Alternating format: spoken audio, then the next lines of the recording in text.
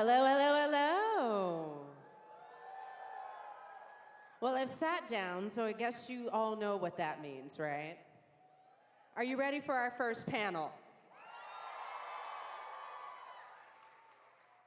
For all of you who don't know, I'm Angelique Roche. I'll be moderating some of your panels this weekend, but this panel in particular, I am very excited about because not only is it our first main stage panel, I am just excited to interview one of the biggest badasses in genre today. Some call her Sir, some call her Captain. I'd like to bring to the stage Gwendoline Christie!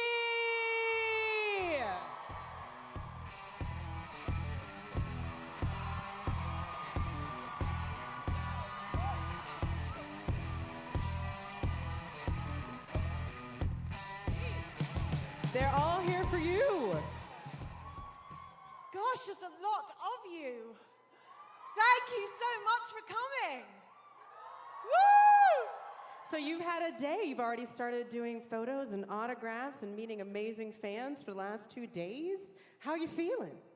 It's been so extraordinary. I think the lineup here is incredible. I mean, there's really phenomenal people here. I'm really excited about Brie Larson. Amazing woman. And, I'm less excited about Kit Harington.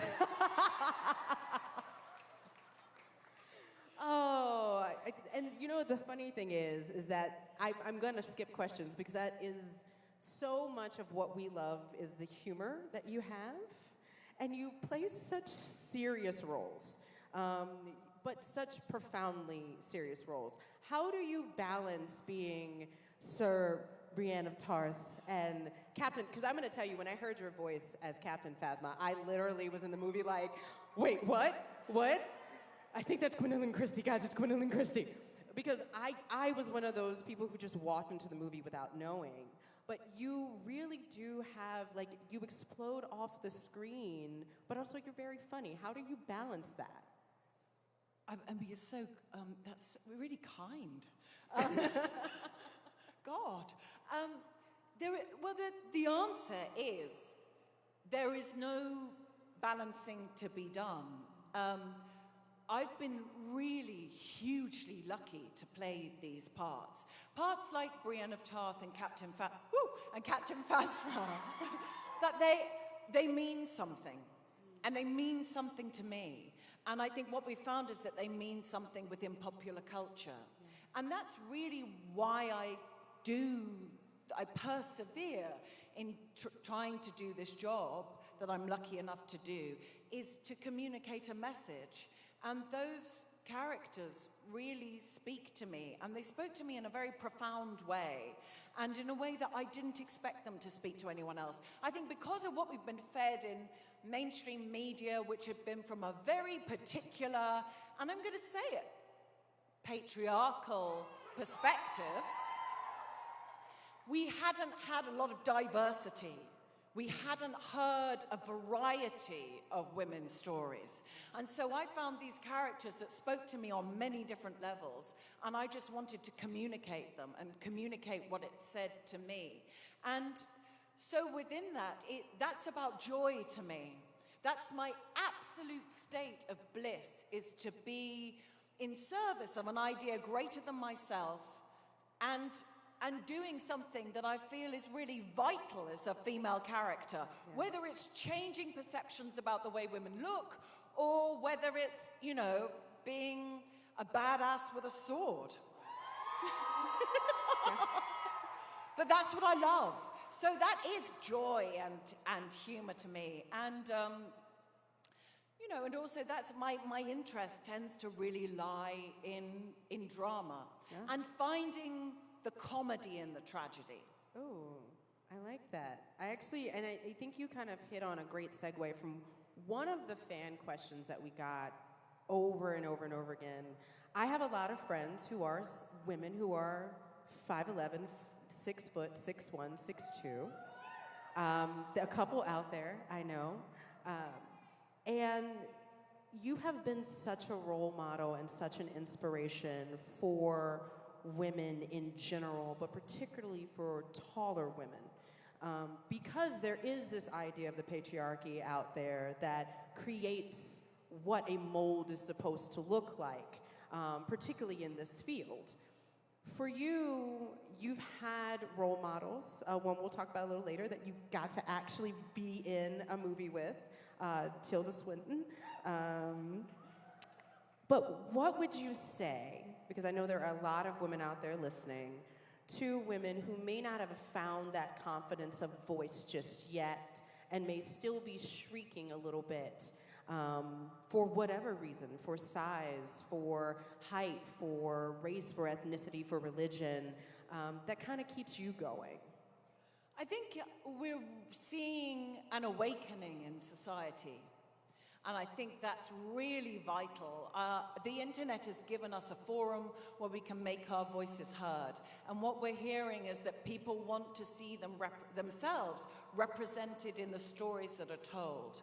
And because we also live in a world where so much of our information comes from a television or some kind of device or from a phone, that's for a lot of people our main source of information.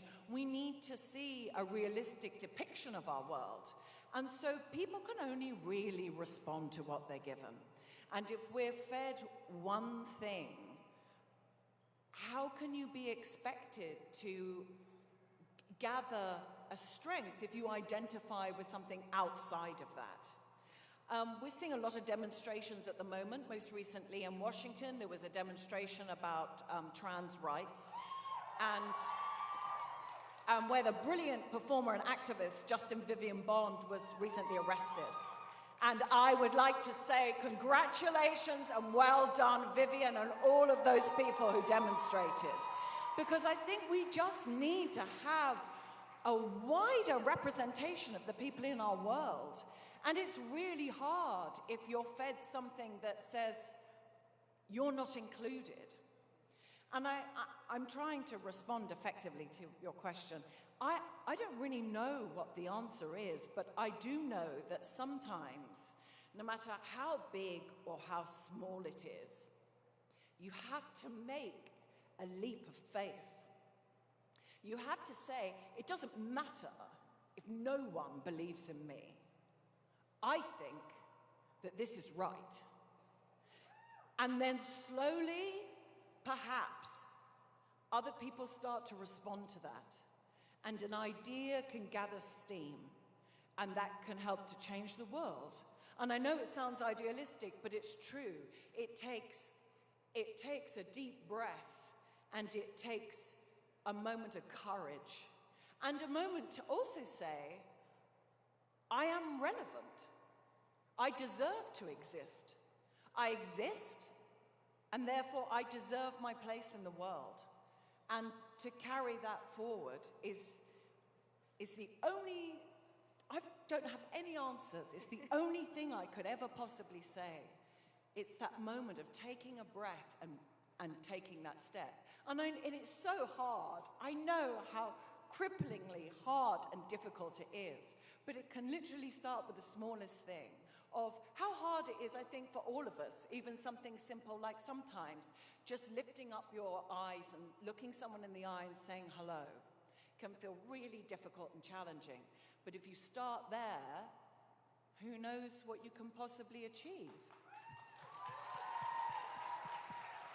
Well, you have achieved a lot. I mean, honestly, for those of us who have truly been fans, I mean, I know there are still probably some Wizards versus Aliens fans out there. I know there are fans who have been watching you since the very beginnings, fans who know your stage work, which is amazing. And now you, because you took that little step, were nominated for an Emmy.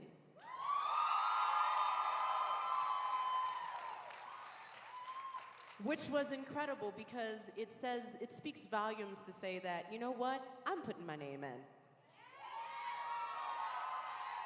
Because there are fans out here, like literally fans who were even saying you should have had the role as Brienne before you got it because people back you. What has been the most rewarding part of this journey so far? Ooh. I ask the hard questions. Ooh, and tries not to cry. It's, you know, I think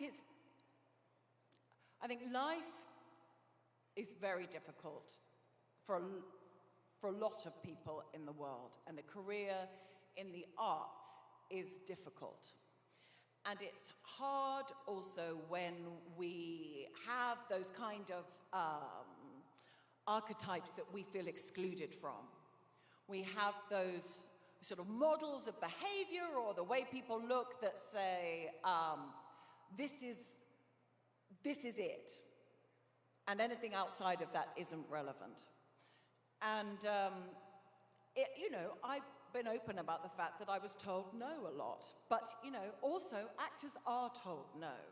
But I never really saw why so much emphasis would be placed on a group of random elements that come together and form the way we look, and then we're born. I didn't understand why any judgment process would ever be made on that, because we have no control over it. We only have the control over our actions and the choices that we make. So, I mean, what are you going to do if a lot of people are telling you no, other than perhaps be bloody-minded and say yes?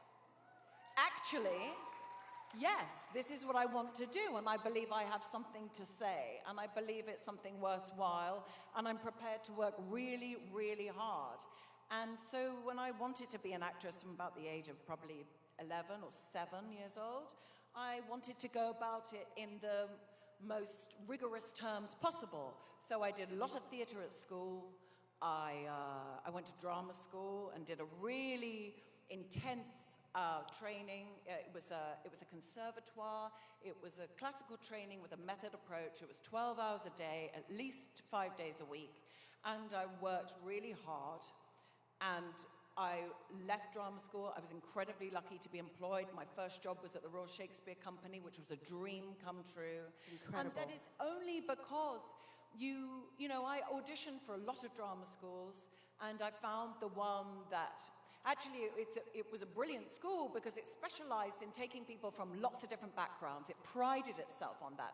And it prided itself on taking people that couldn't necessarily afford to go to drama schools. And that because its viewpoint was that it felt that the arts was becoming elitist. And so in our entertainment and in the arts in general, we were only seeing people from one particular background, rather than a variety of different backgrounds. So they would take a lot of people that were considered outside of the norm.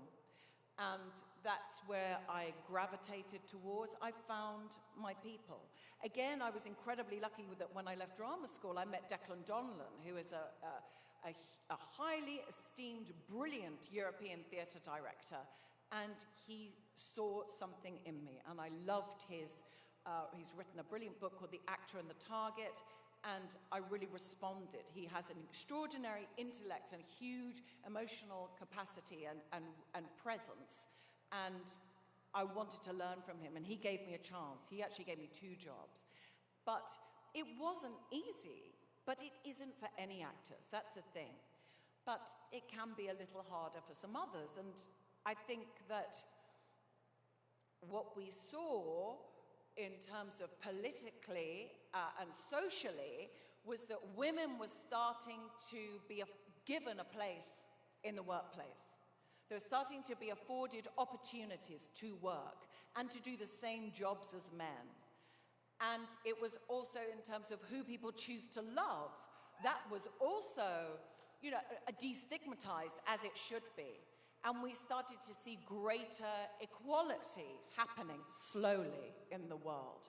And so therefore you start to see lots of different people being given opportunities. And I was lucky enough to be one of those people. But it just takes, I think, I don't know because I'm no expert, but just constant effort. Yeah. Yeah. And that can be exhausting.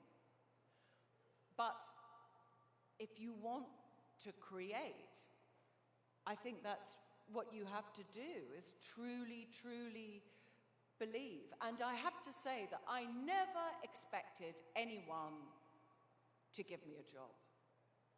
I was going to keep trying until I found my people, but I certainly didn't expect it. And I think because, well, you know what it's like. If you're told no constantly, you can start to believe it. Particularly when you don't see representations of yourself or someone you identify around you in the world, in the media, in your entertainment. So I think it's true that confidence comes from being given a chance. Yeah. And I'm hugely lucky that some people have given me a chance. And with regards to the Emmy nomination, I genuinely never, ever expected anyone. The reason I did it was as a testament to the character and what I believe the character of Brienne of Tarth represents. And I was very lucky to play that part. And I believe she represents a woman outside of the patriarchy who lives life on her own terms, who's doing what she can to excel in her chosen field. And I also worked very hard. Yeah, and you did. I just wanted the possibility of the opportunity. And I wanted the possibility to have better job opportunities. And in the long run, you have made sure and blazed the path as a storyteller for other women to have those That is the opportunities. greatest thing that's come out of it, is that people have told me they have been inspired by it. Yeah. And genuinely, that is the greatest thing, is that if you can inspire someone to take action for their own lives or for something they believe in, then you have done something of your job. Yes. Yes. Yeah, you can clap. It's fine. So I have to ask, because it's a fan question, and if I don't, fans will find me later and ask me why I didn't ask. You are a huge fan of the books that Game of Thrones are based off of. You did an amazing thing when you auditioned for this role. You prepped for it, you dressed for it, you came in, you knew that you wanted to be this role because you connected with Brienne of Tarth. And that is so amazing as a storyteller, to connect with a character. And you mentioned that earlier. You really want to play roles that you connect with, which is a dream.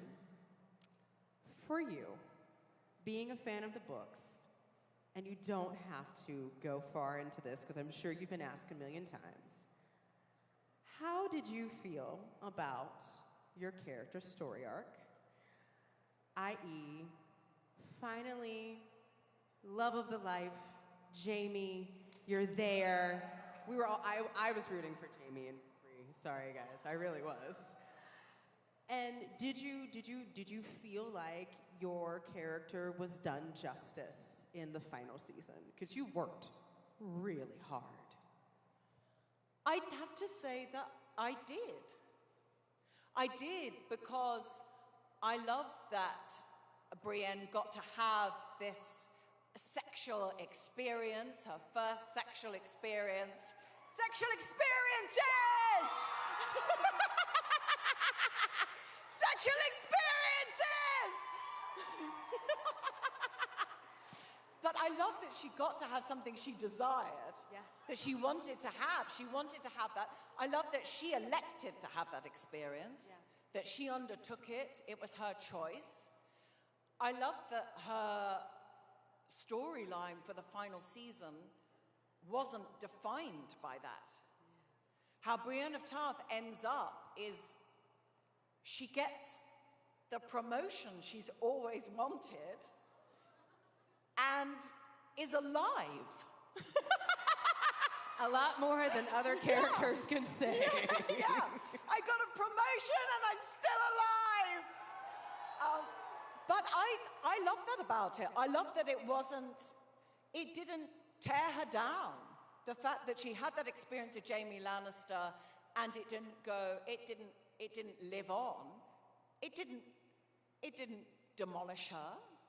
It didn't break her down. She went through a human experience, and she experienced the part of the wide variety of human emotions that we can have as just, befits us being on the earth. But she achieves what she wants. She actually achieves her dreams, and she becomes Lord Commander of the King's Guard. And she's made a knight on her own terms. So yes, I was delighted. Yay, I agree. So, you've played some pretty incredible roles, and we haven't yet talked about Star Wars. Man, so amazing. And your roles, kind of as you were saying, are complicated. They're complex. They are beautifully well-developed out characters that are strong and have wide ranges of emotions. For you, is there a character that you have played, which I think we already know this answer, but I'm going to ask it anyway, that you relate to in real life the most? Which and why? I think, they're all actually, all the characters that you play as an actor you relate to on some level. That's got to be what draws you to it. That's what draws you in. Is that you identify something in that character that speaks to you and something about your experience. And part of the joy of being an actor and getting older is that your life changes, so you have different things to say. It's obvious. I loved playing the role of Brienne of Tarth. I really did, and I put my heart and soul into it. And it was also a really exciting and stimulating artistic experience to be able to transform in that way. But I think all the characters I played so far have a little bit of me in there, something I've experienced or something I've watched in someone else that's really spoken to me, that said something that I find interesting, that I want to explore further. So you're a little bit of a knight, a little bit of a fairy queen, and a little bit of a badass captain. Great. I gotta know how you related to Captain Phasma. And I think one of the questions that fans asked, you have worn a lot of armor. How do you, and I know you have a rigorous workout schedule, you have trained in stage fighting and swordsmanship and riding a horse. Like, how do you prepare for each one of these armors? And honestly, which one was the most difficult to maneuver? To remove? Maneuver. A maneuver. You can also answer remove. Sure. I'll take it. I can genuinely say I've never been asked that before.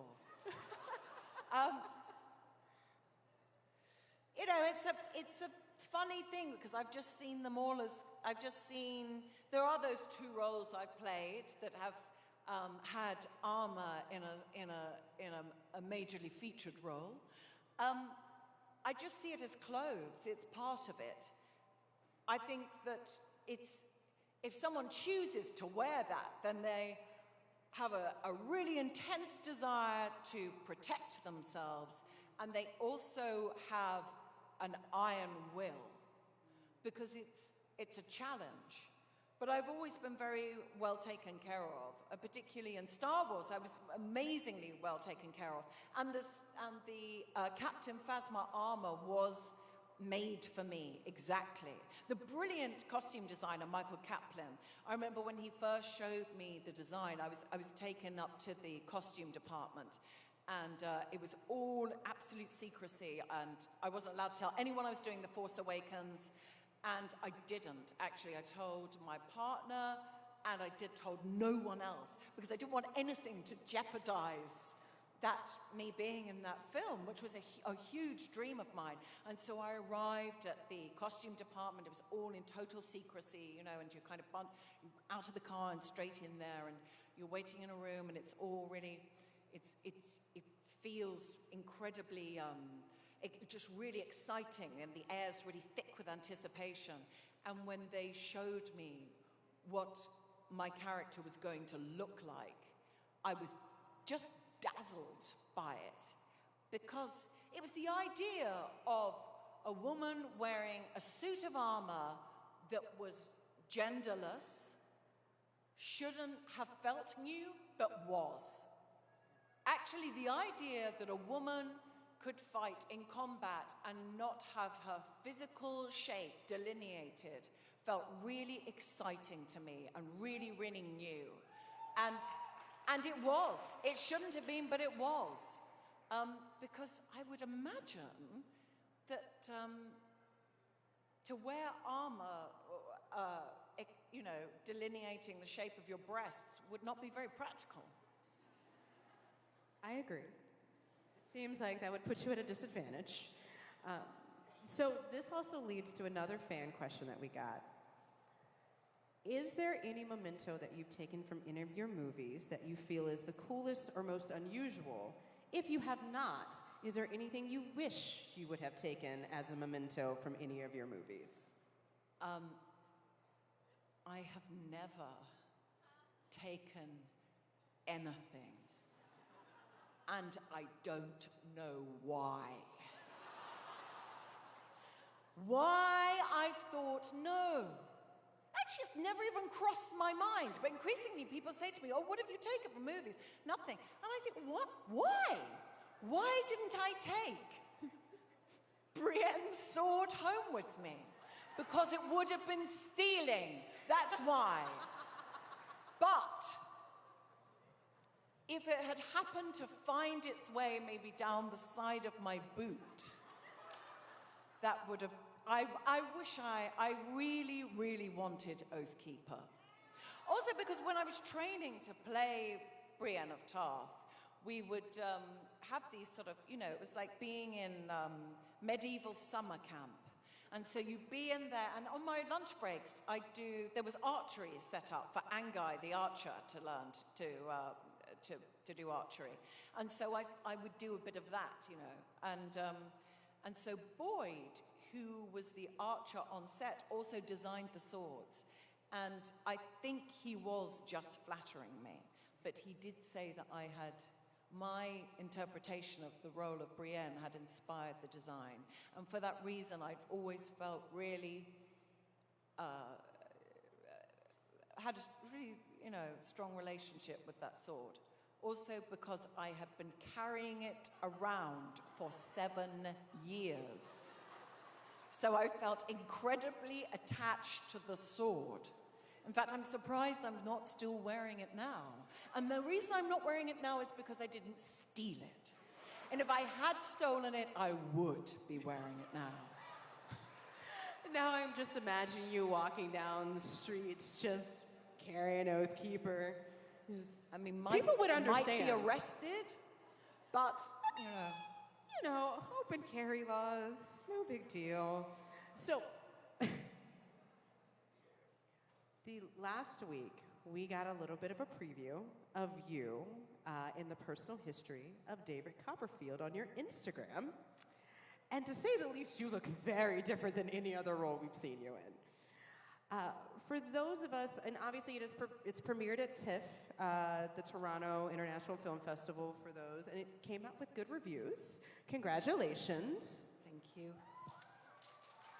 For those Dickens fans out there, though, this is a sharp departure from other roles. But as we've had this conversation, I have a more intricate understanding of your love of drama. So this fits perfectly in my brain now.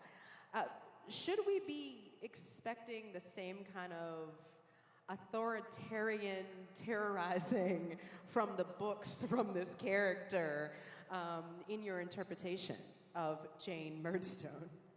Authoritarian terrorizing. Jane Murdstone is just misunderstood. You don't say. It was amazing working with Armando Iannucci. I worked with Armando years ago on an opera, actually, about plastic surgery called Skin Deep. And I had really admired his work from the Armando Iannucci show, and he worked on Alan Partridge, and of course, and he did Veep, of course, brilliant show, which I think is how he's most known in America. And I really, really wanted to work with him. And every time I saw him, I would go up and sort of harass him that I wanted to work with him. But I actually filmed David Copperfield, I think it was the day after, I started working on it the day after I finished Game of Thrones. Wow. So to undergo that kind of transformation was very refreshing, and it felt incredibly cathartic to go from playing someone who has a very strong and in-depth emotional world and a great deal of vulnerability into someone who is sort of the opposite of those things. Very much so. And David Copperfield, what I love about Armando's version of this movie is that it takes a Dickens classic like David Copperfield and actually reinterprets it. And you see it with fresh eyes. So he starts to explore things like homelessness and the state of living in London, and also the children and child abuse, children being physically abused. But it's delightful, and working with him was really exciting because he allowed you to improvise, and there was a great deal of freedom. And I loved doing something that was totally at odds with what I'd spent 7 years of my life doing.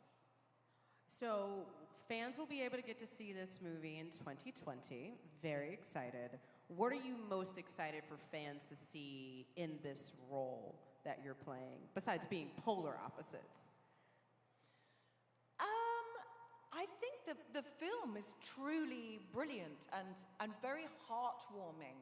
And it's escapism, but in a different way from things like Game of Thrones that have a great deal of darkness to them. And I think it's about reinterpretation. It's something classical that has been reinterpreted on modern terms.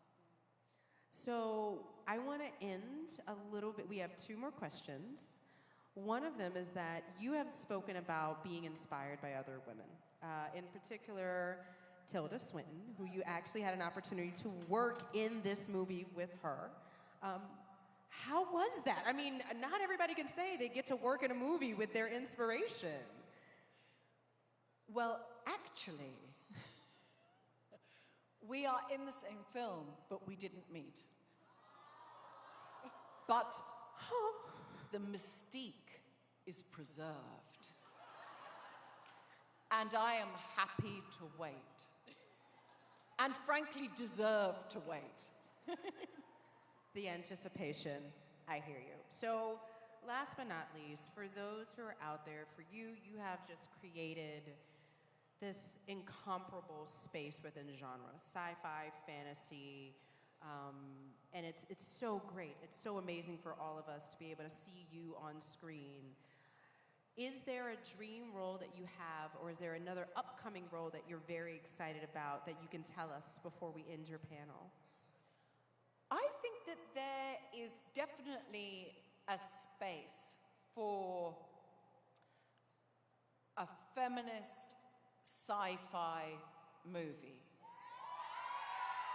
A really extreme, action-filled, funny, feminist sci-fi movie. So let's just hope, shall we? Yeah, I got nothing else to say after that. That was perfect. Well, we're going to do one more thing. We're going to get the audience to stand up for us. Those of you who've been to ACE before, you know that we take a picture with the audience. We do not get off the stage. We stay on the stage. We turn our back. So audience, you have instructions, though. Before we stand up, I need you to yell and be as excited as you possibly can right now. Do it for me. Now, I need you to sustain that for 5 minutes.